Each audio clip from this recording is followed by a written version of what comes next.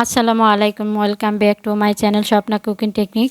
ডিম আর পাউরুটি দিয়ে তৈরি করব নেগেসটা, কিন্তু আমাদের খুবই ভালো লাগে যদি হেলদি হয়ে থাকে নেগেসটা, সেক্ষেত্রে মজাই আলাদা। এখানে আমি 2টা সেদ্ধ ডিম নিয়েছি। ডিম 2টাকে আমি এভাবে গ্রেট করে নেব। এই ডিমের সাথে কিন্তু ভেজিটেবল মিক্স করব। 2টা ডিমের সাথে 2টা সেদ্ধ করা আলু নিয়েছি।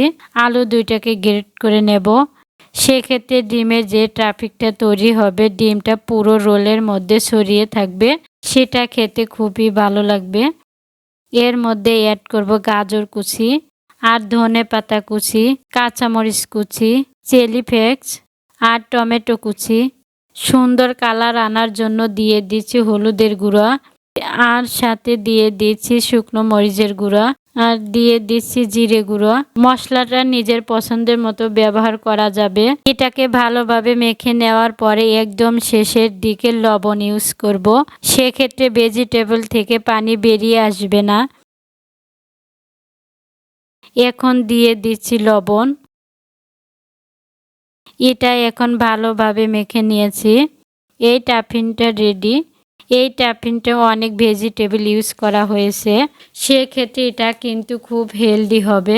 আমি ময়দা দিয়ে বেটার তৈরি করে নেব।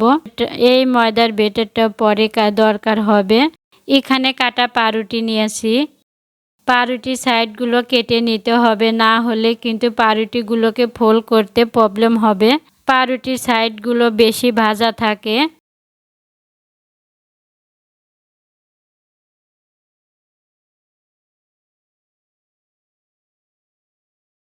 এখানে একটা বেলুন দিয়ে হালকা হাতে বেলে নিতে হবে।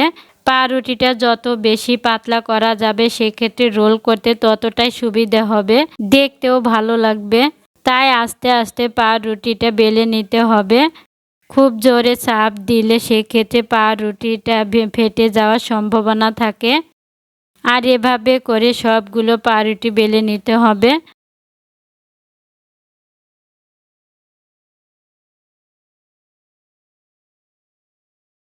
বেলে রাখা পাউরুটির এক সাইড দিয়ে ময়দার ব্যাটারটা লাগিয়ে দিতে হবে।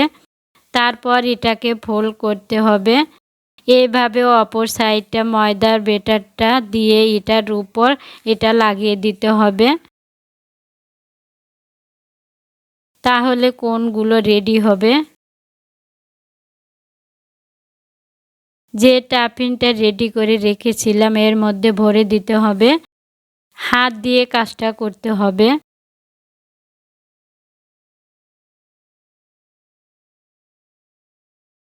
এখানে একটা চাকু দিয়ে কেটে নিতে হবে, তাহলে ফোল্ড করতে সুবিধা হবে। ময়দার ব্যাটারটা লাগিয়ে নিতে হবে। যখন ফোল্ড করবেন ভালোভাবে এর সাথে চেপটে যাবে। এখন এটা রেডি।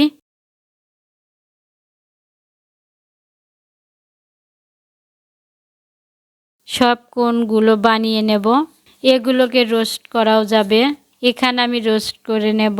রোস্ট করলে হেলদি হবে। হালকা একটু তেল দিয়ে ভেজে নিচ্ছি।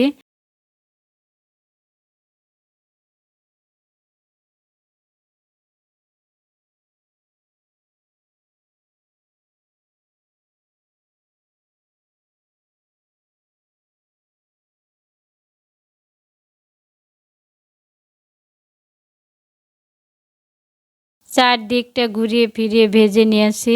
এটা অনেকটা হেলদি ও টেস্টি হবে। বাকি সবগুলো এভাবে করে ভেজে নেব। সবগুলো ভেজে নেওয়া হয়ে গেছে। আশা করছি আপনাদের কাছে রেসিপিটা ভালো লাগবে। একটা লাইক দিয়ে সাবস্ক্রাইব করবেন, কমেন্ট করে জানাবেন। রেসিপিটি দেখার জন্য সবাইকে ধন্যবাদ। আল্লাহ হাফেজ।